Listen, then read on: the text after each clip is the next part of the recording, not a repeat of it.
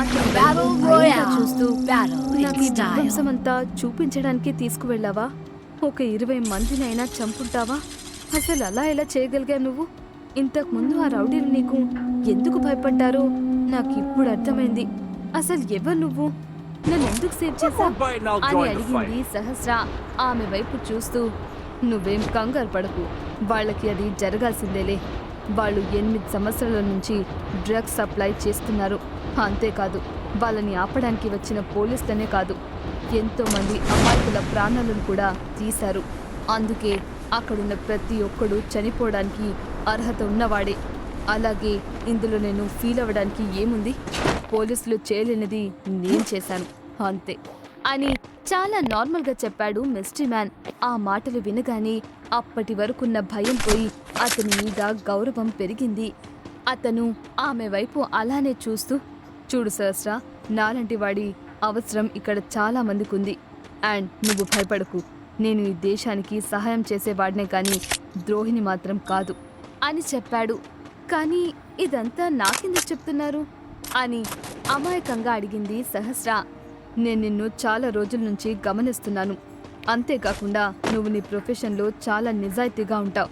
దానివల్ల ప్రజలకి మంచే జరుగుతుంది తప్ప చెడు జరగదు. అలాగే నువ్వు కావాలంటే మా ఆర్గనైజేషన్లో చేరొచ్చు. నీకు నేను ట్రైనింగ్ ఇస్తాను. అప్పుడు నేను ఆ మహేంద్ర, క్రాంతి, లోకేష్, కావ్యనే కాదు, షణ్ముఖ్ కూడా ఏం చేయలేడు.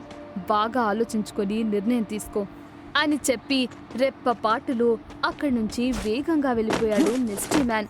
అతని మాటలు విని ఏవో ఆలోచిస్తూ గేట్ తీసి లోపలికి వస్తున్న సహస్రని చూసి రిలీఫ్గా ఫీల్ అయ్యి వెంటనే షణ్ముఖ్కి కాల్ చేశాడు చరణ్. ఫోన్ రావడం ఆలస్యం. అది అటెండ్ చేసి, చరణ్, సహస్ర ఆచూకి ఏమైనా తెలిసిందా? తను ఎలా ఉంది అని గాబరగా అడిగాడు షణ్ముఖ్. సార్, మేడం సేఫ్గా ఇంటికి వచ్చారు, మీరేం కంగారు పడకండి అని నవ్వుతూ సమాధానమిచ్చాడు చరణ్. ఆ మాటకి తేలికగా ఊపిరి పీల్చుకుంటూ, సరే చరణ్, నేను తర్వాత మాట్లాడతాను అని కాల్ కట్ చేసి, థ్యాంక్ గాడ్ సహస్ర సేఫ్గా ఉంది. సడన్గా మాయమైపోయి ఇప్పటి వరకు ఊపిరి ఆడకుండా చేసేసింది అని మనసులో అనుకుని తిరిగి పనిలో పడ్డాడు షణ్ముఖ్. సహస్రని చూసి, ఉన్నట్టుండి ఎక్కడికి వెళ్ళిపోయారు మేడం? మీకు కాల్స్ కనెక్ట్ అవ్వక అక్కడ సార్ ఎంత టెన్షన్ పడ్డారో తెలుసా? మీరు రావడం కాస్త ఆలస్యమై ఉంటే నేనే స్వయంగా పోలీస్ స్టేషన్కి వెళ్ళి మిస్సింగ్ కంప్లైంట్ ఫైల్ చేసుండేవాడిని అని అన్నాడు చరణ్. అతని మాటలు వింటూనే తన ఐఎమ్ సారీ చరణ్ గారు, వంచుకొని ఒక నిజాన్ని బయట పెట్టాలనే ఆలోచనతో నేను మహేంద్రని ఫాలో చేస్తూ వెళ్ళాను. అతనికి ఎక్కడ దొరికిపోకూడదనే కంగారులో నా ఫోన్ ఆఫ్ చేసేసాను. ఆ తర్వాత దాన్ని తిరిగి ఆన్ చేయడం మర్చిపోయాను. మీ అందరినీ కంగారు పెట్టేశాను. రియలీ సారీ అని గిల్టీగా ఫీల్ అవుతూ చెప్పింది సహస్ర. ఆ మాటకి నొచ్చుకుంటూ, అయ్యో మేడం, మీరు నాకెందుకు సారీ చెప్తున్నారు? మీ ఫోన్ రీచ్ అవ్వకపోవడంతో అక్కడ షణ్ముఖ్ సార్ చాలా కంగారు పడిపోయి ఇక్కడ నన్ను కంగారు పెట్టేశారు. అందుకే అడ్వెంచర్లు చేసి జాగ్రత్తగా ఉంటారని చెప్తున్నాను. మిమ్మల్ని ఆ రాబర్ట్ గ్యాంగ్ కిడ్నాప్ చేసిన రోజు నుంచి సార్ మీ విషయంలో అస్సలు రిస్క్ తీసుకోలేకపోతున్నారు. అందుకే చిన్న దానికి కూడా కంగారు పడిపోతున్నారు. మీరు ఆయన భయాన్ని అర్థం చేసుకుంటారనుకుంటున్నాను అని చెప్పాడు. తన మాటలకి ఆలోచనలో పడిన సహస్రని చూస్తూ, నా మాటల వల్లైనా సార్ ప్రేమని సహస్ర మేడం అర్థం చేసుకుంటే అని మనసులో అనుకున్నాడు చరణ్. సరిగ్గా చరణ్ ఊహించినట్టే అతని మాటల గురించి ఆలోచిస్తూ, షణ్ముఖ్ నా కోసం ఎందుకంత కంగారు పడ్డాడు? కొంప తీసి తను నన్ను ప్రేమిస్తున్నాడా ఏంటి అని అనుమానం రాగానే, అసలు నీ ఆలోచనలకి అంతూ కొంతూ లేకుండా పోతుంది సహస్ర. కామెడీ కాకపోతే అతనేంటి నిన్ను లవ్ చేయడం ఏంటి? ఇదంతా జస్ట్ తన భార్యవని బాధ్యతతో చేస్తున్నాడు, అంతేకాని అతనికి నా మీద ప్రేమ దోమ లాంటివి లేవు అని భారంగా నిట్టూర్చింది సహస్ర. ఇంతలో అసలు విషయం గుర్తొచ్చి, మేడం, మీకోసం లాయర్ విఘ్నేష్ గారు లైబ్రరీ రూమ్లో వెయిట్ చేస్తున్నారు, మీరు త్వరగా ఆయన్ని వెళ్ళి కలవండి అని చెప్పాడు చరణ్. ఆ మాటకి అయోమయంగా చూస్తూ, లాయర్తో నాకేంటి పని అని అడిగింది సహస్ర. ఆ మాటతో సహస్రని ఆశ్చర్యంగా చూస్తూ, ఉషా హత్య కేసు గురించి మాట్లాడడానికి మేడం అని గుర్తు చేశాడు చరణ్. ఆ మాటతో జరిగినదంతా ఫ్లాష్లా తన కళ్ళ ముందు మెదలడంతో ఆ మిస్టేమన్ చూపించిన యాక్షన్ ఫిల్మ్స్ ధ్యాసలో పడి అసలు విషయం మర్చిపోయాను. ఇప్పుడు లాయర్ని కలిసి ఏం మాట్లాడాలి? ఒకవేళ ఉషా మర్డర్ని నా మీద నెట్టేయాలని మహేంద్ర కావేరిని ప్లాన్ చేయడం లేదుగా అని భయపడింది సహస్ర. ఆమె ముఖంలో మారుతున్న ఎక్స్ప్రెషన్స్ చూస్తూ సహస్ర భయపడుతుందని అర్థం చేసుకుని, మేడం, షణ్ముఖ్ సార్ మీకోసమే ఈ లాయర్ని అపాయింట్ చేశారు. సో మీరు ఏ భయాలు పెట్టుకోకుండా ఆయనతో ఫ్రీగా మాట్లాడండి అని ధైర్యం చెప్పాడు చరణ్. అతని మాటతో ధైర్యంగా అనిపించి లాయర్ని కలవడానికి వెళ్ళింది సహస్ర. ఆమెను చూసి, హాయ్ మిస్టర్ సహస్ర షణ్ముఖ్ భరద్వాజ్ అని నవ్వుతూ పలకరించాడు లాయర్ విఘ్నేష్.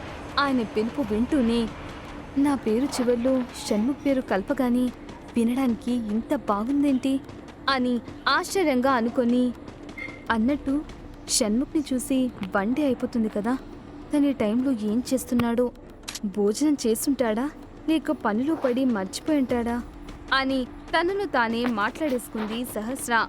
సో మిస్టర్ సహస్ర, ఈ కేసు గురించి షణ్ముఖ్ నన్ను కాంటాక్ట్ అయిన వెంటనే నేను పోలీస్ స్టేషన్కి వెళ్ళి దీని గురించి అని చెప్పాడు లాయర్. ఆ మాట వినగానే, ఏమైనా తెలిసిందా సార్ అని భయంగా అడిగింది సహస్ర. ఆ ప్రశ్నకి చిన్నగా తలూపుతూ, ఉషాని హత్య చేయడానికి వాడిన కత్తి మీద కావేరి ఇంకా మహేంద్రల ఫింగర్ ప్రింట్స్ ఉన్న విషయం ఫోరెన్సిక్ డిపార్ట్మెంట్ ఇచ్చిన రిపోర్ట్లో మెన్షన్ చేశారు. అలానే ఆ గది బయటనే ఉన్న 2 వెయిటర్లు కావేరి చేతిలో కత్తిని చూశామని సాక్ష్యం చెప్పారు. ఇక సీసీటీవీ ఫుటేజ్కి వస్తే హత్య చేసిన వెంటనే కావేరి అక్కడి నుంచి పారిపోవడం క్లియర్గా రికార్డ్ అయింది. సో ఈ ప్రూఫ్స్ అన్ని చూసిన తర్వాత మీకు ఈ హత్యకి ఎటువంటి సంబంధం లేదని ఈజీగా ప్రూవ్ అవుతుంది అని చెప్పాడు విఘ్నేష్.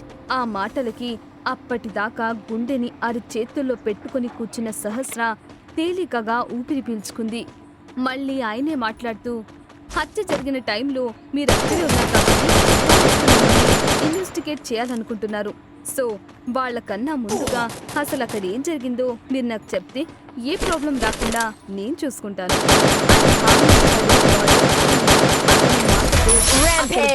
మొత్తం పూసగుచ్చినట్టు విఘ్నేష్తో చెప్పింది సహస్ర. ఆమె మాటలు విన్న విఘ్నేష్ చిన్నగా నిట్టూర్చి, ఒకరి ప్రైవేట్ మూమెంట్ని సీక్రెట్గా రికార్డ్ చేయడం, దాన్ని వేరే వాళ్ళకి షేర్ చేయడం చట్టరీత్యా నేరం. దీనికి పనిష్మెంట్ ఉంటుంది.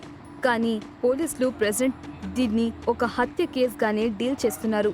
ఈ వీడియో విషయం ఇంకా బయటికి రాలేదు కాబట్టి ప్రస్తుతానికి ప్రాబ్లం లేదు. సో మీరు దీని గురించి ఆలోచించకండి అని చెప్పాడు విఘ్నేష్.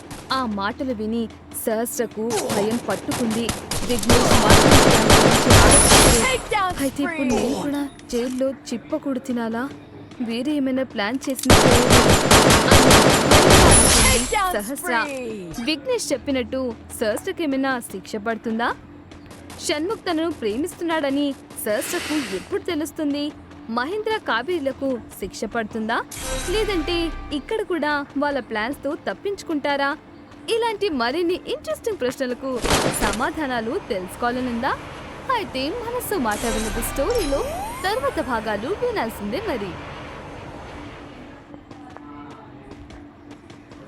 మాటలకు ఆమెలో భయం తగ్గి చిన్నగా నవ్వింది. గాని నా వల్లే అనవసరంగా ఉషా ప్రాణాలు పోయాయి అని అనుకుంటూ ఆ ఇన్సిడెంట్ గుర్తొచ్చి చాలా బాధపడింది సహస్ర.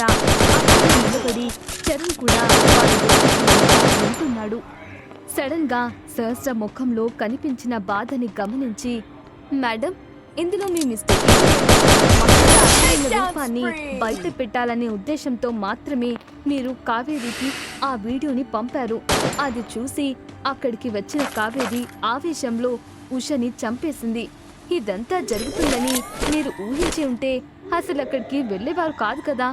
సో ఏ తప్పు చేయని మీరు దాని గురించి అస్సలు బాధపడకండి అని సర్ది చెప్పాడు చరణ్.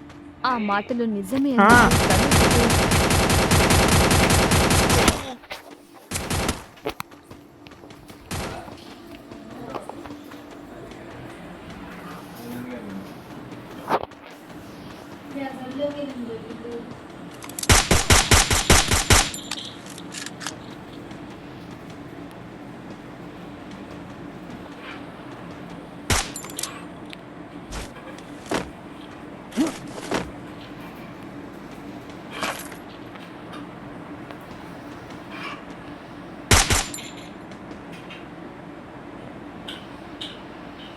ఏ గదిలోకి?